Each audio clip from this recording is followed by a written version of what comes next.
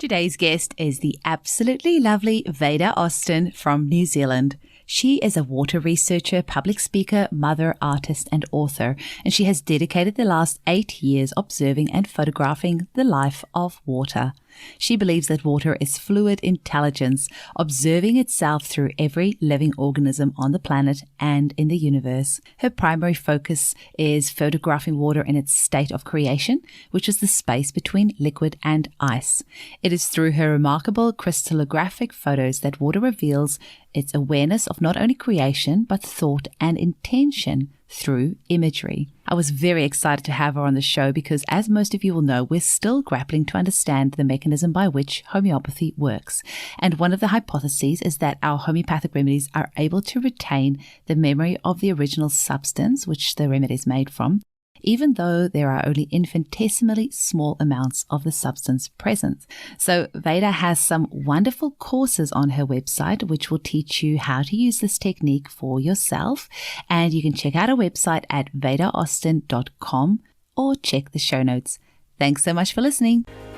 Welcome to the Homeopathy Hangout, where we discuss all things homeopathy from around the world. And now my mum and your host, Eugenie Kruger.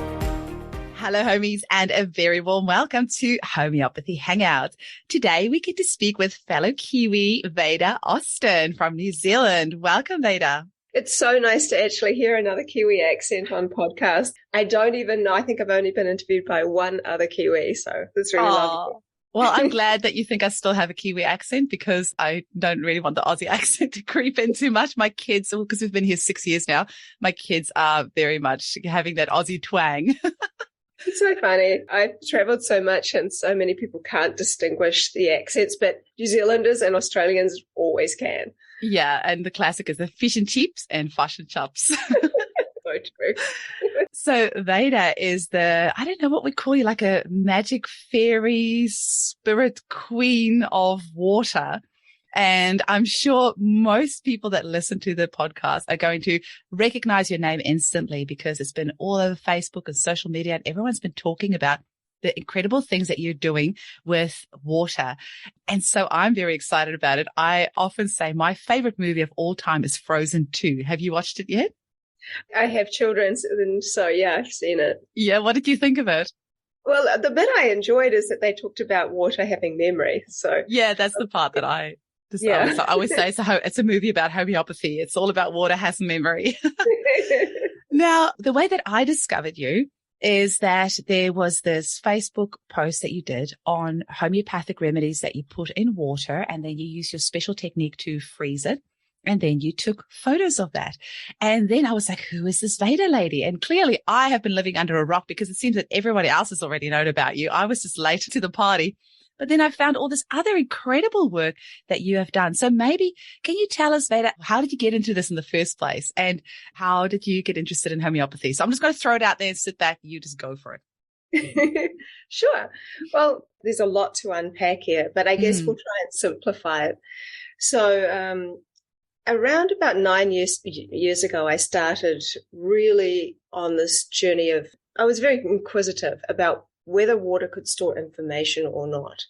So I had looked into various different researchers' work, and most people have heard of Masaru Emoto if they've been interested in water. Unfortunately, the scientific community really slammed him, and that was because he chose the best photos to show. So they took a lot of photos and they chose the best ones, and he never hid that. He wasn't doing anything wrong at all, but science has sometimes struggled also with being able to really look into the subtle sciences, the subtle nature of the way things work sometimes. But pictures speak 1,000 words, and so many people were able to suddenly identify themselves as bodies of water, sensitive to thoughts and environment and music and sound and all these different kinds of things.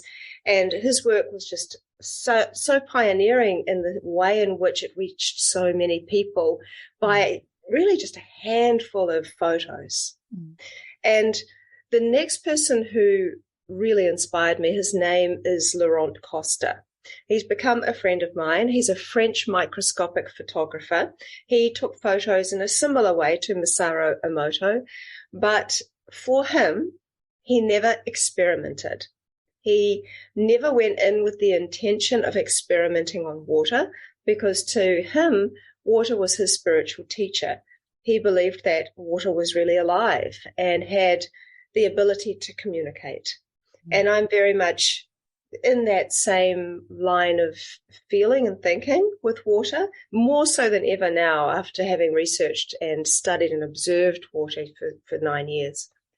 And so what Laurent would do was that prior to freezing, so they would take a small amount of water after it was exposed to something, flash freeze it, and take a photo of it under the microscope.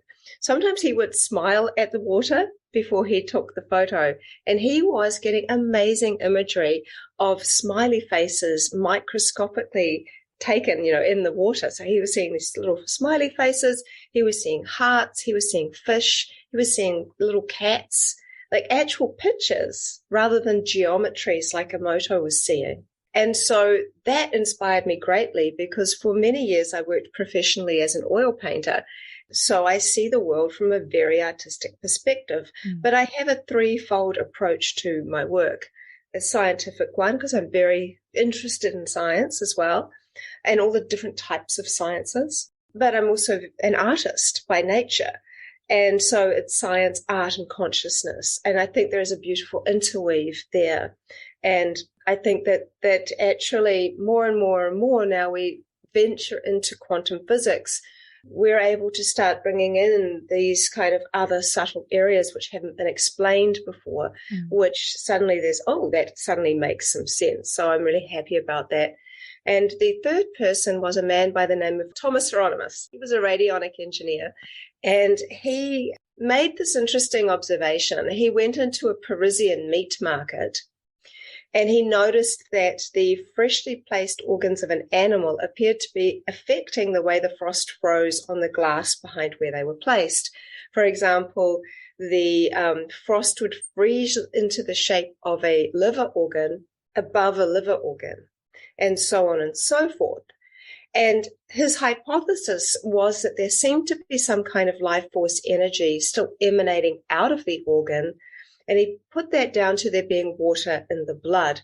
And he believed that each organ held a signature pattern of itself within the water. And that blueprint or signature pattern had information.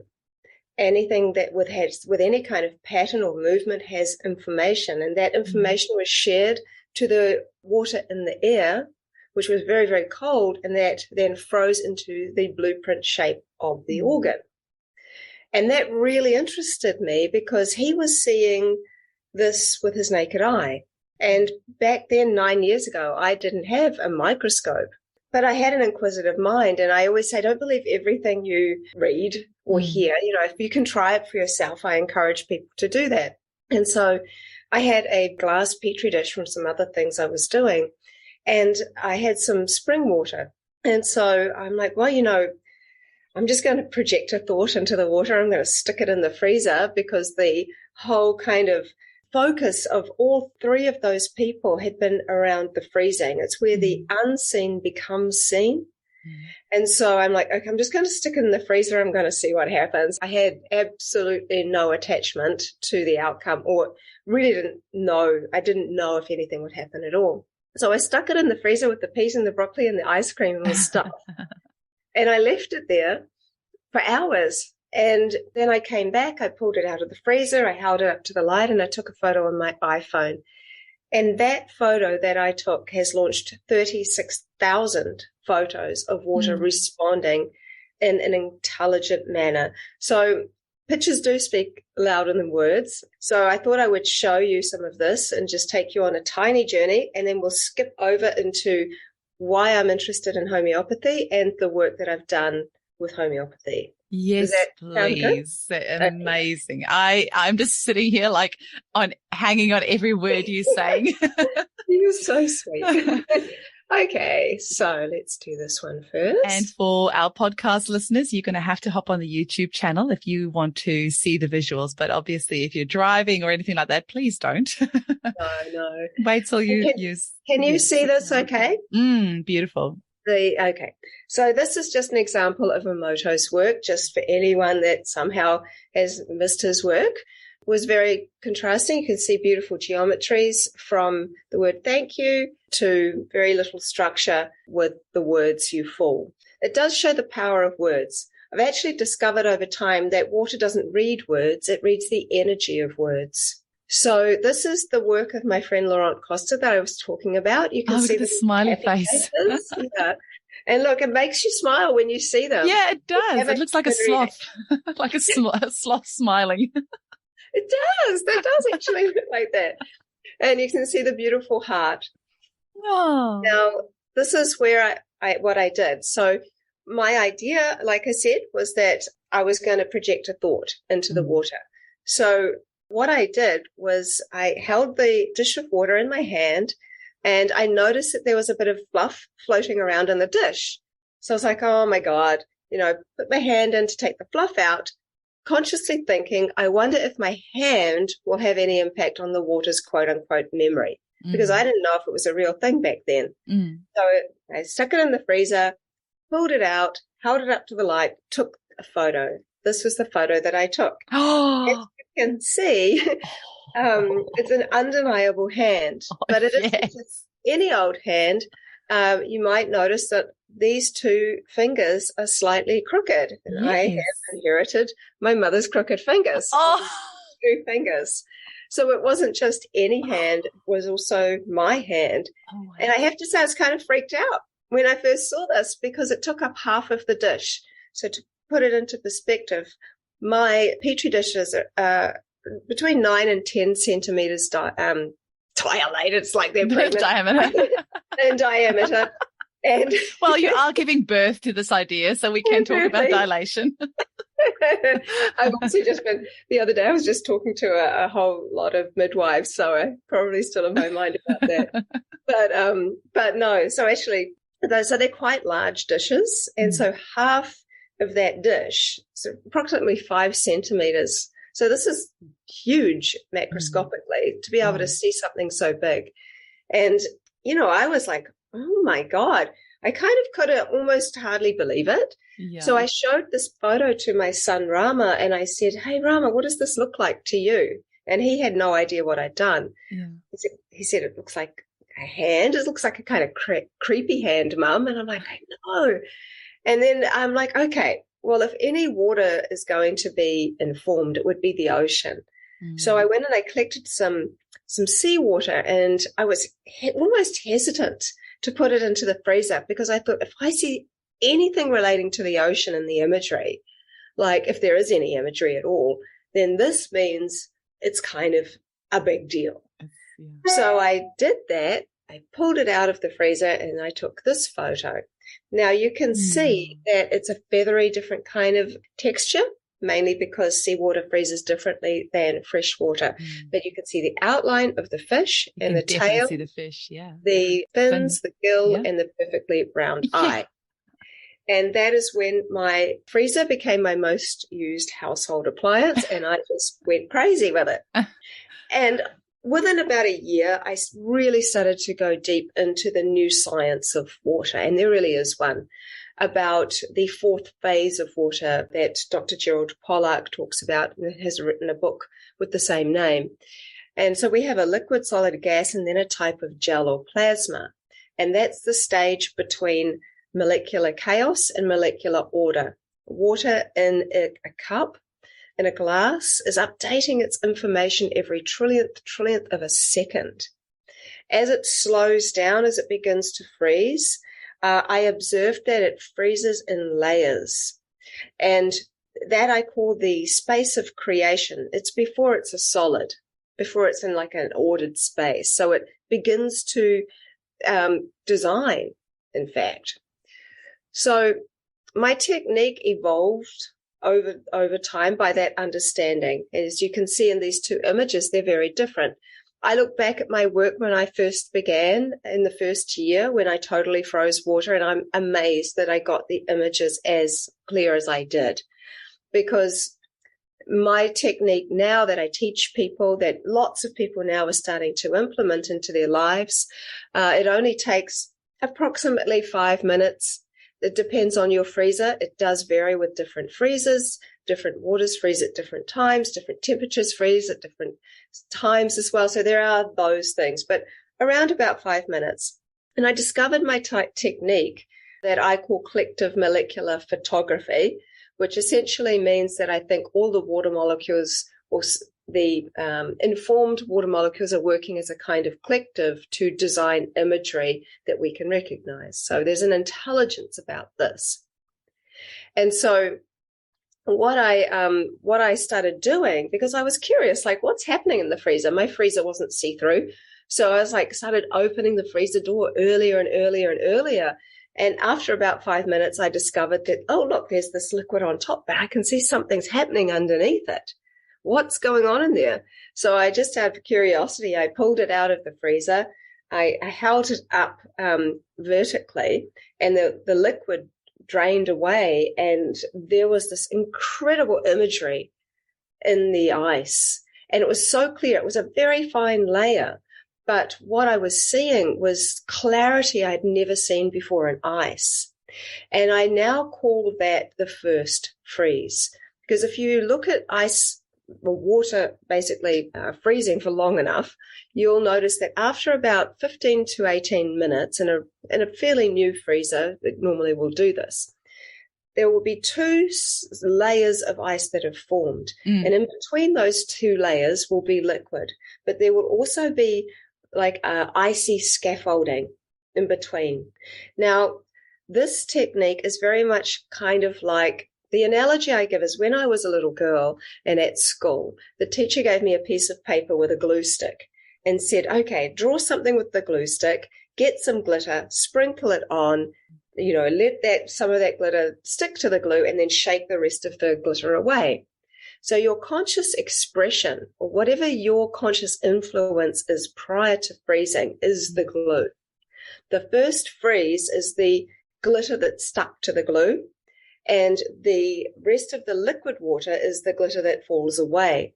Now, interestingly, when you actually have that, you tip that water away, if you tip it into another petri dish, you'll get a secondary layer of information. It's very, very interesting. Wow. When you start, the more you do it, the more you learn. And I feel like I'm still learning every day. Now, as you can see, the difference between these two images, there is such clarity in the new technique compared to the old technique. There is colors that are able to come through because the ice is very thin, and you can play with the colors depending on where you take the photo in your house. And I take all of my photos on my iPhone. So it doesn't require some load of great big technology. All you really need to order is a petri dish and glass. I always use glass because glass is essentially made of silica. Silica is a crystal. Crystals store information, and it helps the water to store information for longer. Now, my son did this one. His name is Rama. He's kind of like the Hindu god Lord Rama. And we were talking about that and how Lord Rama always has a bow and arrow. So we were talking about bows and arrows, and so he projected a thought of an arrow into the water. He did this entire thing himself, including the photo, and you can see how clear it looks like the arrow head is metallic. It's incredible. It does, yeah. So this is the stage of my new technique where it's liquid and ice. You can kind of see what it looks like. And this is a really important piece, which I think all of this is relevant to the work in homeopathy, particularly this piece, I think. So it was coming up to a couple of years ago now, I was talking to an Indigenous American Indian woman, and she said that she had the ability to speak to bees. And she said that the bees, she would watch the hive for long, long periods of time. And a bee came out and communicated to her, however it did, that it didn't mind if she looked at the hive, but please don't look at the hive for too long, because her conscious expression was putting too much light into the hive. And so what that really fitted in with me was like, oh God, okay. So if my conscious expression is putting light towards where we focus it on, one of the qualities of the fourth phase of water is that it can absorb more light. The other qualities are it has a negative charge, which was a really important piece because healthy cells are negatively charged, and that it has a viscosity about it. Now, what's really relevant here is that I think that water has a light source, and that as it begins to freeze, it's actually the light. As you can see, I've captured here, this was taken in the freezer. I've managed to catch these light, almost like light halos around the ice as it's just starting to come out and just starting to form. So actually, it's as if the design that occurs with the ice is in fact guided by light. Yes. It's the light that creates the pathway for the design. Yeah. Which is really, really interesting piece. Now, over the many years, I have seen so many incredible images in ice. And these aren't just images where you go, I think I can kind of make that out. Maybe it's this or maybe it's that. Dr. Jerry Pollack's actually become a friend and mentor of mine, and he encouraged me a few years ago to essentially put out a kind of study, a questionnaire with 25 of my photos, and simply say, what does this look like to you for each one? So I gave it to people I knew to put it out on social media. So it wasn't coming from me. People didn't even know what they were looking at. And 298 people did the survey. And out of that lot, approximately 83 to 85% of people were able to recognize the images for what the influence was prior to freezing. And out of those images, there were 3 of them that 100% of people could recognize. What were they? The hand, the number 8, and a tree, I think. Oh, wow. Yeah. So I was very curious to see if water could pick up faces, like facial recognition. So I used people's photographs.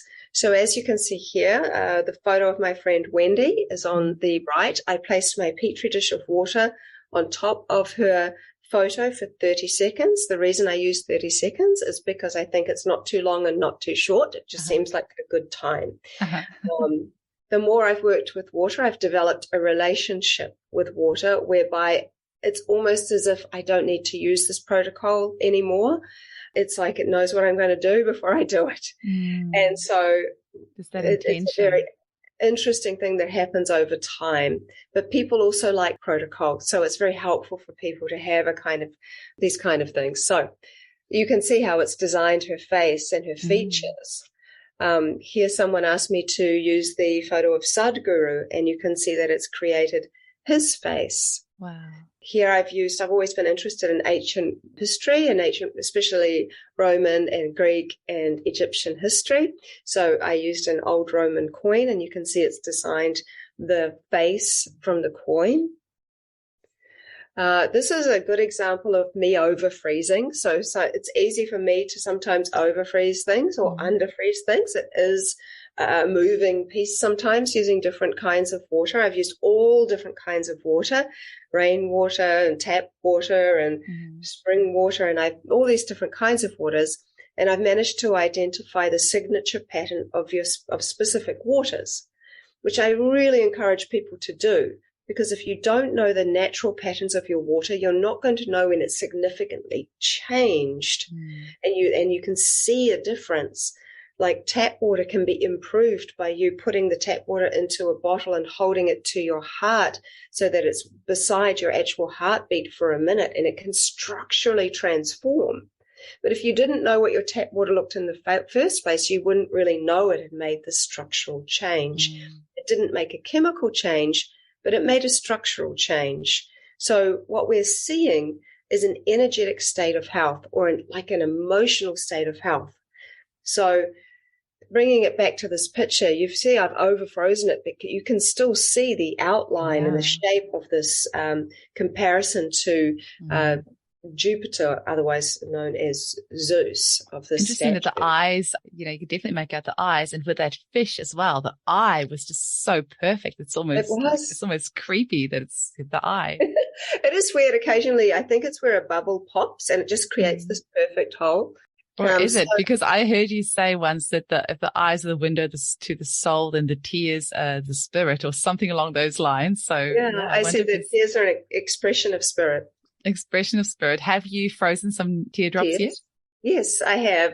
I share all of that in my advanced workshop. And I think I've also shared some on my social media pages. So if anyone wants to go through them, they'll find some that I've done of tears. But I've actually done different types of tears. So I've done tears that are chemical related in the sense that, you're cutting an onion and you naturally cry. Yeah. But I've done tears of joy and sorrow and various different things as well. And I compare them to the ones that a scientist has done. I think she was a scientist, where she looked at tears, different emotional tears under a microscope, and saw that they were different. So these are just examples of my work. I think it's nice for people to be able to have a look at them. For example, over here is a very obvious one where I put my thumb into the Petri dish prior to freezing. And what's interesting here, you can see, my nail and my thumb, but at the end of the nail, you can see there's a little chip. Yeah. Well, a few hours after I'd done this whole thing, I actually chipped my nail in exactly the place. Yes. And I've seen things like that happen all the time, because I don't think water has any time concept. No, not in the same way that we do. Yeah, because it can show me information from 100 years ago, but I've seen it show me information that have actually occurred the next day. It's a very, very interesting thing. And if we consider that, I'm not talking about volume, but I'm talking about by molecular count, we're 99% water. And there are more water molecules in our bodies than stars in the Milky Way. So we have this body of water, and it's so intelligent. It has an intelligence far, far greater than we might have ever imagined. So as we just kind of go through some of these, this was an interesting one. There was a lady who was newly pregnant, and I asked her to take a sip of water and think of her baby. So I froze the rest of the water, and you can see the little embryo, the little baby is in there. The one below it was... And it's got that light around it as well. Yeah, I love it when it does that. That's a really beautiful point that nobody's really pointed out before about that. Yeah, that's really special. So with the one below it, it looks like an etching. So I had gone to a cafe, and they had left this bowl of water out for thirsty dogs. And I saw this Schnauzer dog, like in the comparison photo, drinking from the water. And I'm like, I wonder what the water would show me. What about that dog? And so I asked the lady at the cafe, I said, I know this is going to be the weirdest thing anyone's probably ever asked you, but could I please have a takeaway cup for that dog bowl water over there? So she let me, and I showed her the photo the next day, and she was amazed. But I simply came home and froze it. And it's interesting that once again, that eye is just so, visible and so clear. It is. The one in the middle is interesting because my daughter loves all kinds of animals, and she had a book on birds, or different kinds of birds around the world. And so we opened the book up, and we got a piece of cardboard, and we covered the owl's face in half. So we put the cardboard down half the side of the owl's face. And so the water designed the other eye of the owl, which is fascinating because it actually wasn't seeing, if you want to use that term, or wasn't touching the actual picture. It was covered up, but it knew the intention, it knew the idea, and it was fascinating. And, there are so many examples. Here's where I've put broccoli into water and used that broccoli water, and you can see it's designed to the broccoli.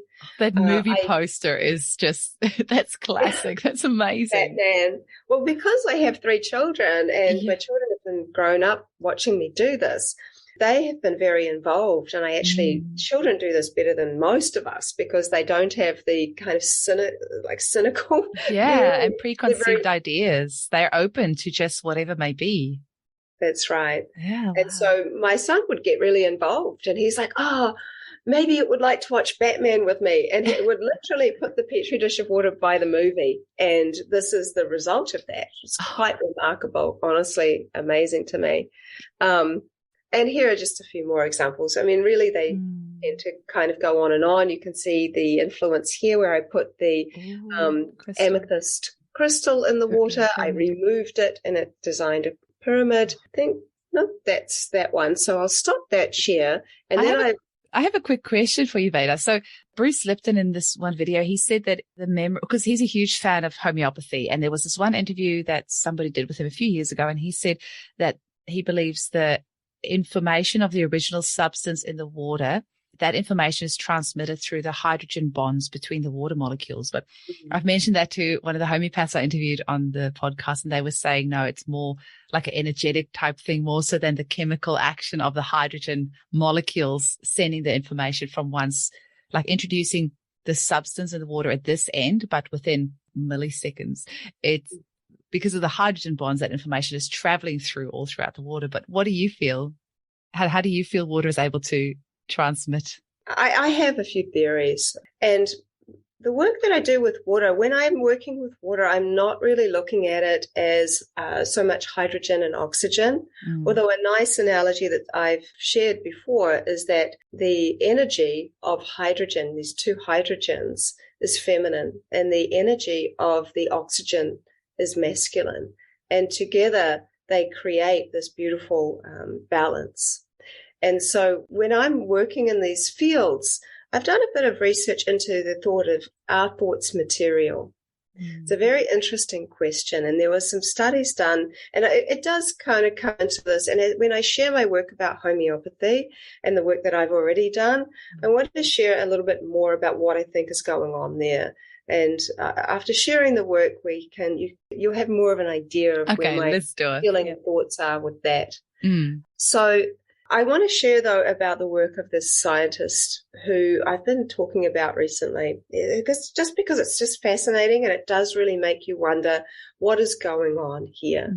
Because before telling you about him, I would say that I think that all things, my partner, he says this well, and he says, like, everything we see is information that we've labeled. So when I'm looking at my computer now and I'm looking at a picture of you, and rather than seeing it as the label, you could say, well, what does this thing mean to me? You know, everything has a type of information and energy. And so I think that those realms of intelligence, especially, I'm talking about in living things, there's an intelligence, an innate intelligence in all things. We can't just brush it with the human yardstick. You know, there is intelligence in plants and mushrooms and in all other life forms. It's just different than ours. It's no less, it's just different. And so with that intelligence, there is an energy, or what I sometimes call spirit. Makes some people uncomfortable, and if you don't like the word spirit, then please use the word energy. It's kind of like with Einstein. You know, he was really talking about a lot of things to do with that were spiritual, but instead the word consciousness might feel more comfortable. So they can interweave, you know, how you makes you feel. However, I do think that anything that is living has an intelligence, has a spirit. And that spirit, I believe, has the ability to share information and also observe it. So I've observed something with water where it's far more interested in my feelings than my thoughts. And I think of thoughts like clouds, but I think we're really the sky. And our thoughts don't define us, but they make us feel a lot of things. And it's the feelings that I'm seeing water really interested in picking up on. Water is wild. You know, this is a relationship not about controlling it, not about telling it what to do, not about expecting it to do what you think. Because as soon as you expect water to do something, it'll do something different. There is no, this is not, my work with water is more about me being just open and curious to see what it will show me, what it wants to do, how we play together. Not about, oh, well, if we do this, then water is automatically going to do this. No, water isn't. We as people can be unpredictable sometimes. Sometimes we can be very predictable. but on the whole, there is a wild aspect to all of us somewhere in there. And nobody wants to be experimented on. Nobody wants to feel controlled. Those are horrible feelings. So I always say, do to water what you might want done to you. And so that's why I don't use the word experiment. I don't consider myself to be experimenting. I consider myself to be playing with an intelligence of which is responsive to me and can share things with me that I could have never imagined. So when I was studying this man, who was a scientist, he was also a psychiatrist. His name was Gennady Krokalev back in the 1920s. He was working with patients who had mental disorders and were having hallucinations. And he wanted to see whether or not what they were having visions of were somehow within the realm of possibility able to be captured on camera.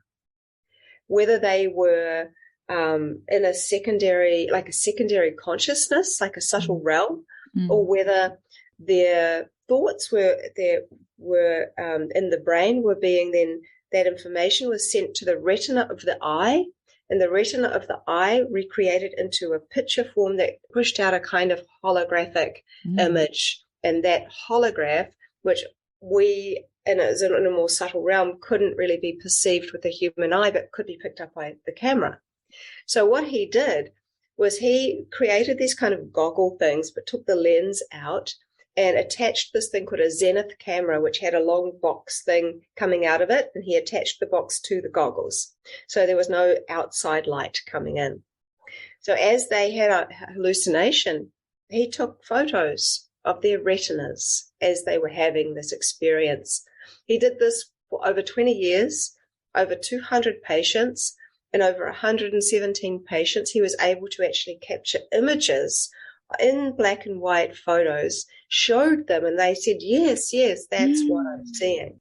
So this was repeated within the last 15 years or so by more Russian scientists.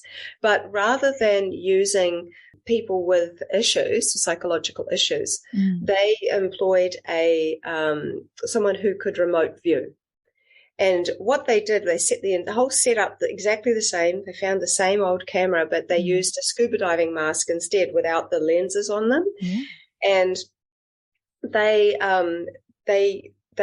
wrote some numbers and some shapes on pieces of paper, and they went behind a wall. So when the person who could remote view was tuning in to what those numbers or shapes were, they would have then click the camera.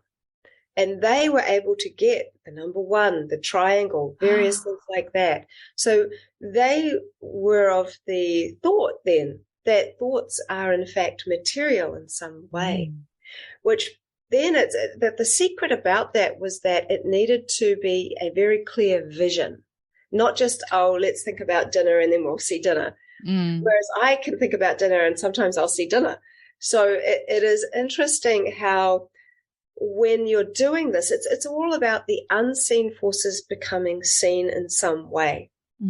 So with me, I think there is an information transfer using thought and electrical charge and light that is transferred into the water, and that the water is able to absorb that. And because I freeze it straight away, and I'm doing it in the specific way, like I've just shared with you about that first freeze. We're seeing the information that was most picked up by that last thought. But sometimes water will just completely not do what you expect, and it will show you something that's like on the freezer behind you, or it will show you like something around you. And sometimes I've done a lot of repeat studies with my work. And sometimes it's so interesting because I could have these glasses that I'm holding up, and water might design the glasses, and then you'll do exactly the same thing, and it'll show you maybe something relative to the little words on the glasses, or it'll show you something from a different angle and perspective. So it's like it goes around showing you it understands all aspects of the glasses. It's very, very interesting. So with homeopathy, I think I was really interested in homeopathy because I saw it work when I was little. My mum took my sister to a homeopathic room. I remember sitting in there, and my sister had warts all over her fingers, like all her fingers had warts on them. And Mum was given these little tiny white pills, and I remember that. So I was like, oh, these little white pills. Hopefully that works, because it was horrible for her. Mm. And I remember within 3 days, all her warts had gone, and it was just like miraculous. And I remember Mum going, oh my God, these little pills, they're amazing. We have to keep going back to see the homeopath. And I didn't really understand how it worked, but because I'd seen it work and because I'd been there, I was like, oh, wow, this is definitely something I want to use with my children when I have children. And I have done. My son recently broke his wrist. And because I'd done a study and shared it on social media, I reached out to a couple of the homeopaths, and I said, look, what should I give him other than arnica? And they said, well, give him arnica, and then asked me a bunch of questions and said, try this, give this. And so did all of that. He healed very, very well. And so I had already got that interest. And so I'm not a homeopath. I am a water researcher and a crystallographer. That's my specialty. But I have a very keen interest in it because it relates very much to work that I've done and work others have done. Can you see where it says the 6 patterns of egg albumin? Yes, I can see it. Okay, fabulous. So, I mean, you might be wondering, what has egg got to do with homeopathy? But it's actually all relative when you put it together. Mm-hmm. So I have discovered that when you look at the egg albumin, there's 2 parts to egg white. There's the gloopy gelatinous part, and then there is a thinner part that is very similar to saliva. Now, when you freeze that similar part, particularly for free-range happy, healthy hen eggs, you can see 6 patterns, and I've identified them as the volcano, the feather, the weave, pollen, flower, and stars. Now, 4 of them I consider to be complex.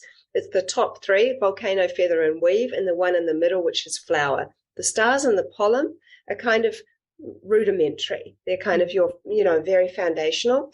So when I have frozen caged hen eggs, the most patterns that they form are the 2 rudimentary ones, the stars and the pollen. You don't see volcanoes and feathers and weaves and flowers in caged hen eggs, not naturally anyway. So I just love this because you can just see how beautiful they are. When you start learning how to do this, I teach this in the advanced workshop, like how to freeze egg white in this particular way. You never really look at an egg in the same way again because you can see how much information is in there. And this is specific to all birds. So there are 6 patterns for all birds in that species.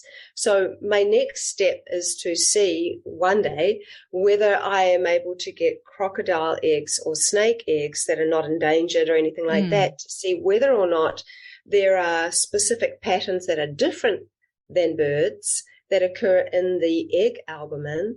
And if there is, then this is information for the species. And I think this is extremely important work going forward. Now, I've put this together because I found it interesting. I have so many curiosities myself going on about that really reminds me of that. So I like to kind of compare things. So you can see that this kind of volcano shape looks very much like a limpet shell and how it looks. So I've cut these in half. So this is the egg white, and here is the limpet shell. Oh, yeah. Almost hard to tell here. This is the egg white. These are feathers. See how this looks so much like star anise? The brain coral is like, it looks like brain coral. This is horsehair, how much it looks like horsehair. Here's this is sunflower. You can see how it looks like that. This is from a duck egg. And here you can almost think that this was one picture. It looks like one picture. I cannot see where the divide is. But it is divided in half. And this is the egg white. This is the sea coral. So it's very, very interesting because what we're looking at here is the primordial soup. It's so, so powerful that it can share these patterns. And this is me just basically talking about what I'd like to see in the future and perhaps a kind of crossover into morphic resonance as presented by Rupert Sheldrake, who I'm actually going to go and have lunch with when I go to the UK in a few weeks and catch up with him. I met him a few years ago, and he's just such a lovely, lovely person. So healing by proximity, I did a study which I shared on social media, and outside of homeopathy, it got the most shares. So just to put into context, the difference between free-range eggs and caged hen eggs, you can see there's a remarkably huge difference. Now, I decided to do something where I would put, this is the crystallography over here of a caged hen egg. You can see it's just got that one kind of brain type of pattern. And here is a beautiful free-range egg with all its complexity. By putting the caged hen egg next to the free-range hen egg overnight, when I tested that caged hen egg, you can see that it has improved significantly more than in any caged hen egg I'd ever seen in my life. And I have done like hundreds and hundreds and hundreds of eggs. Now, when I shared this, people on social media were going, oh, yeah, but if you surround it with heaps of bad eggs, like it's going to definitely go bad. Yeah. And so I did that. So I took if we just use the term good eggs and bad eggs, it's what I'd like, but just so it's easier to say. I put the good egg in the middle and I surrounded it by bad eggs. And those bad eggs were all from the same batch. And the good egg was from a batch where I was able to use the control. And so over here you can see that the good hen egg, after sitting next to all the bad hen eggs, it didn't change structurally. This is the control of the caged hen egg. Now, these are all caged hen eggs. The closer they were in proximity to the good egg, the more complex their patterns were. I would say, by looking at this, that this was a free-range egg. It has transformed itself completely. So given that these weren't fertilized eggs, it's fascinating that information was still pulled from the free-range egg and from the caged hen egg. It's really interesting because it may be meaning that the potential for life still seeks improvement. And my personal takeaway from this is that given by molecular count we're 99% water, is simply if we heal ourselves, we heal others. And so there is a wonderful information transfer explaining why we want to get close to people, that we just have a really wonderful energy. There is a healing in that. I've also done the same test with water, where I took tap water, which has these disordered patterns, and that's because I know the signature patterns of tap water. I can immediately identify it. Then I took the spring water, which created what I call a hydroglyph, which we probably don't have time to get into, but essentially they're ice symbols that I've identified I've had to repeat the tests over 50 times and seen the same symbol appear from using a specific word to say I know that it has a meaning and that it isn't random, and I have 36 of them. This is the hydroglyph for the lotus, which means purity or enlightenment. I will sometimes see that glyph in healthy, happy spring water. But what's interesting is when I left the two out overnight beside each other, this is the tap water, the same tap water that has vastly improved. It looks more like what I would see in freshly collected rainwater now. And over here, you can see that the spring water has improved by sitting next to the tap water. And that is because I think it has compassion and purpose. And you can see that now it has not just one lotus, but two lotuses, and together they have formed a heart. Now, this is important work by a man called Luc Montagnier. I met him before he passed. Oh, he's an amazing man he did so much for homeopathy, and he only just passed this year, I think, was earlier this year, hey? Yeah. And he won a Nobel Prize for his work with AIDS. That's correct. So he's no unknown scientist. He's pretty well known. And, it's always really sad to me that when scientists share something that seems almost unbelievable to other scientists, it's almost like there is, especially when you're kind of going into the quantum, it's like it can be problematic for them. Oh, but it's crazy. He had such a great name and, he won a Nobel Prize, but then the second he started expanding his mind and going into quantum physics, they were all poo-pooing him. It's just unbelievable. That's, this brilliant mind. Suddenly his colleagues are turning on him. It's disgrace. Unfortunately, it's not uncommon. Yeah, no, it's a very common theme, unfortunately. Yeah. But his work here is very fascinating. So essentially, he said that DNA can be produced from its teleported quantum imprint.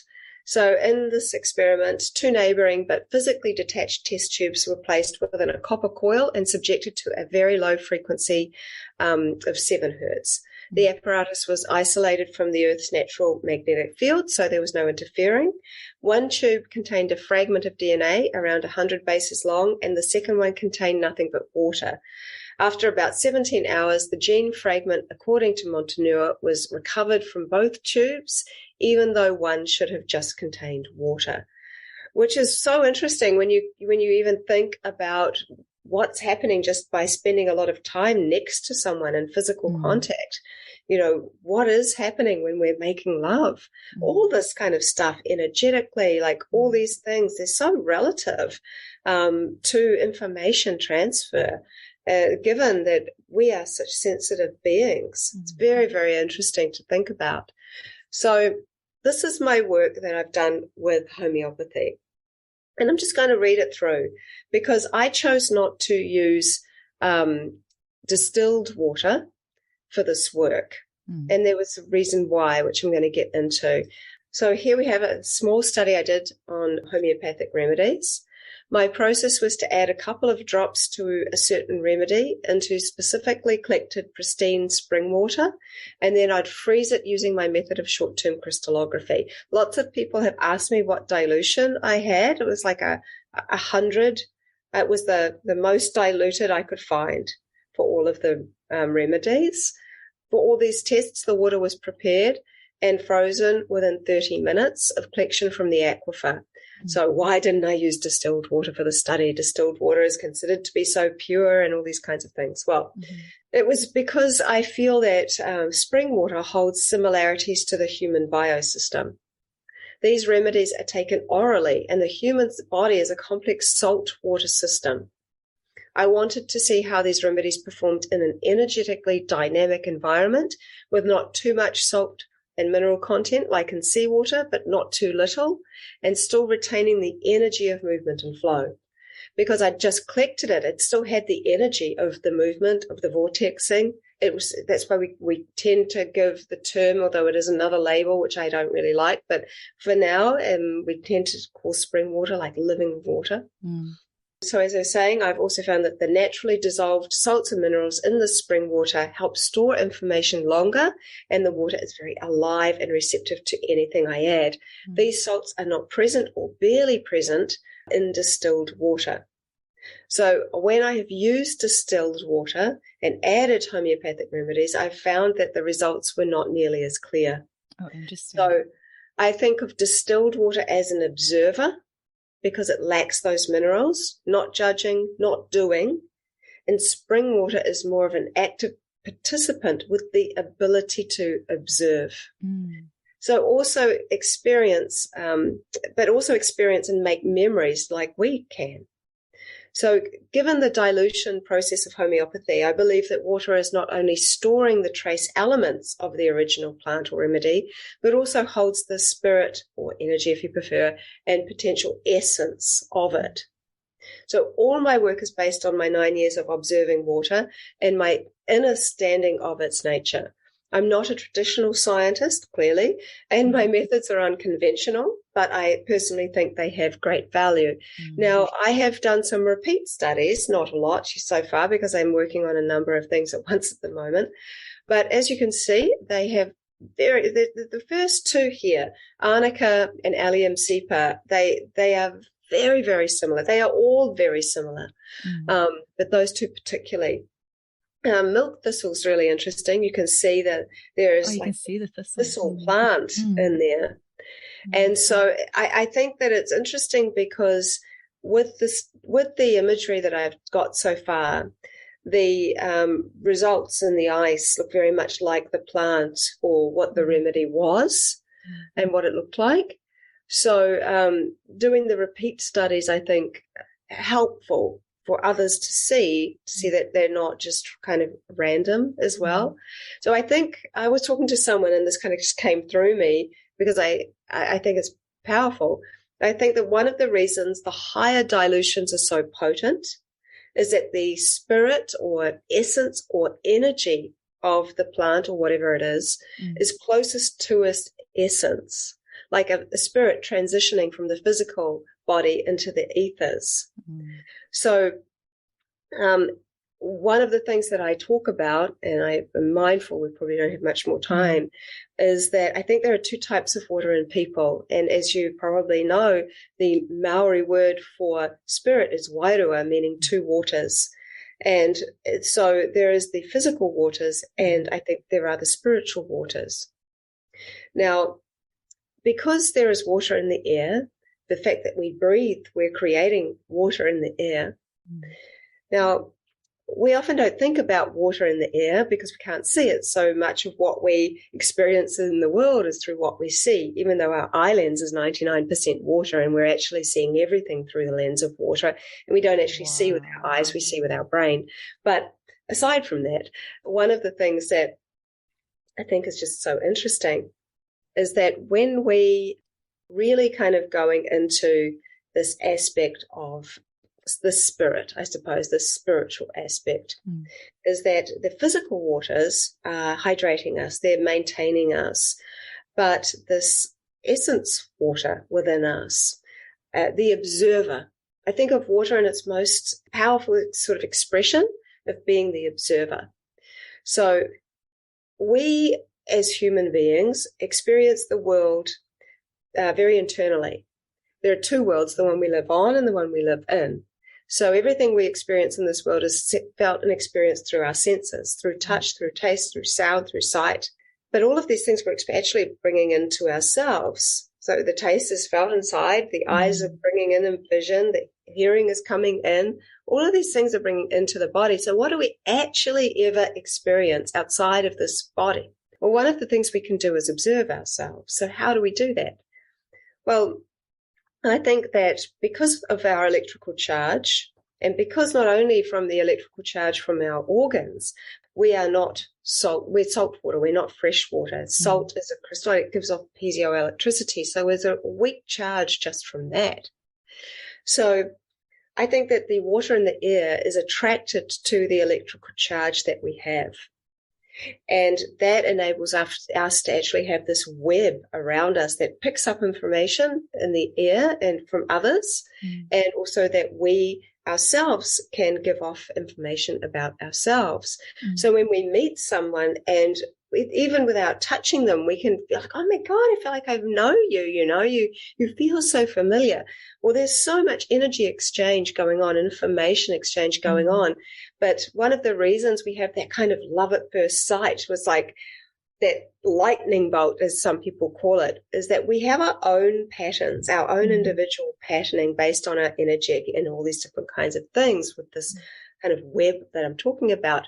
And each person's is individual. When you meet someone whose web kind of matches yours and very, very similar patterning, there is an immediate liking for that person. There is an immediate remembering of that person and this feeling that kind of comes up. So it's an extremely important piece.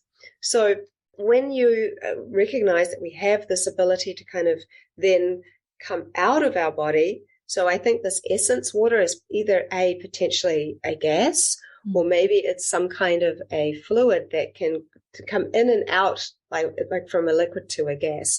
There's so little we know about water. We think we know a lot, but we really don't. There are something like 300 different types of ice. The secrets to life are in the subtleties. And every single aspect of one of those areas of ice, of those 300, will be probably 1,000 subtleties, if not more. And that goes for liquid. It goes for, all the different other aspects of the different stages. And so I think it's highly likely and highly possible that we've only identified 4 stages of water. I think there are probably many, many more that we just are not able to discover yet. We don't have the technology yet. However, I think that spirit, or our essence, our soul, if you will, this electrical charge that we have is kind of like the silver thread.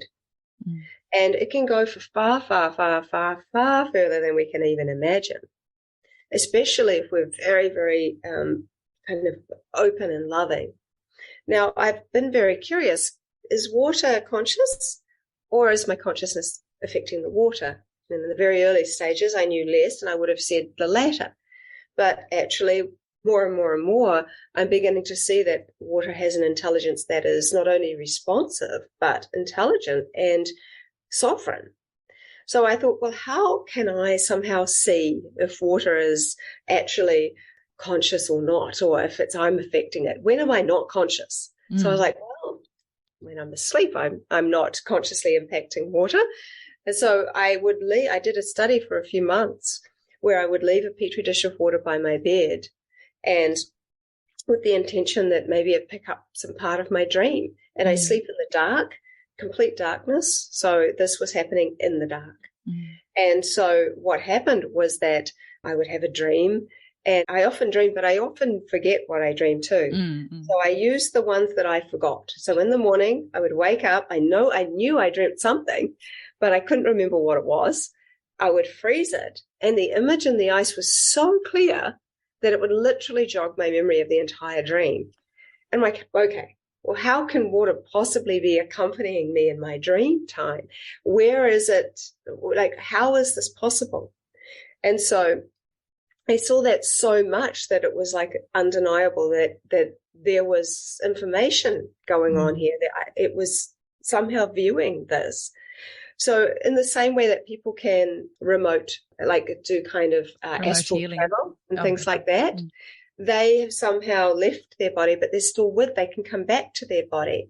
And I think that this electrical charge aspect is one of the ways. So I've interviewed a number of people that have had near-death experiences, and it's wonderful to be able to talk to those people. They've been to places that we can't remember or haven't been to. And so all of them said that they had this sense of rising.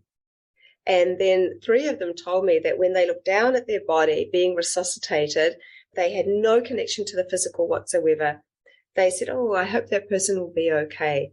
They had become the observer, which is so interesting, because that, again, is what I actually think the essence of water truly is the observer. Now, when it's in a physical body with all of our salts and minerals, that is where we become like an active participant, and we're able to store memories. We are bodies of memories. Our entire life is a memory. We began this, it's now a memory. When you share this, this is going to be a memory for us. And so we look back at our lives and we pick and choose the memories we want to think about and focus on. That they're often the clearest, that were most impactful to us, good and bad.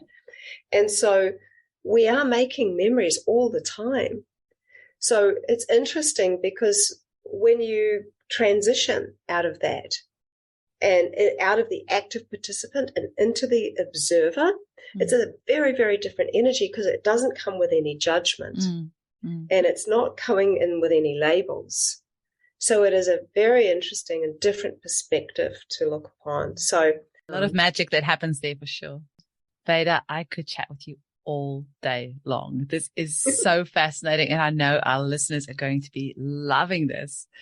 I know you've got a book, Secret Intelligence of Water, and people can purchase your online course if they want to. Well, you've got a few courses if they want to learn how to do this for themselves, and I hope they do, because the more we can have this verified and the more, people we can get onto this, the more interesting it's going to become.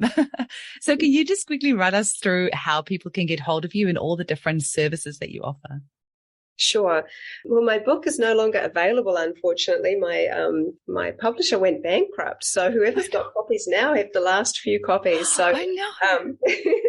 But everything else I'm doing, I'm going to put the book out myself and update it and do another one in a year or so.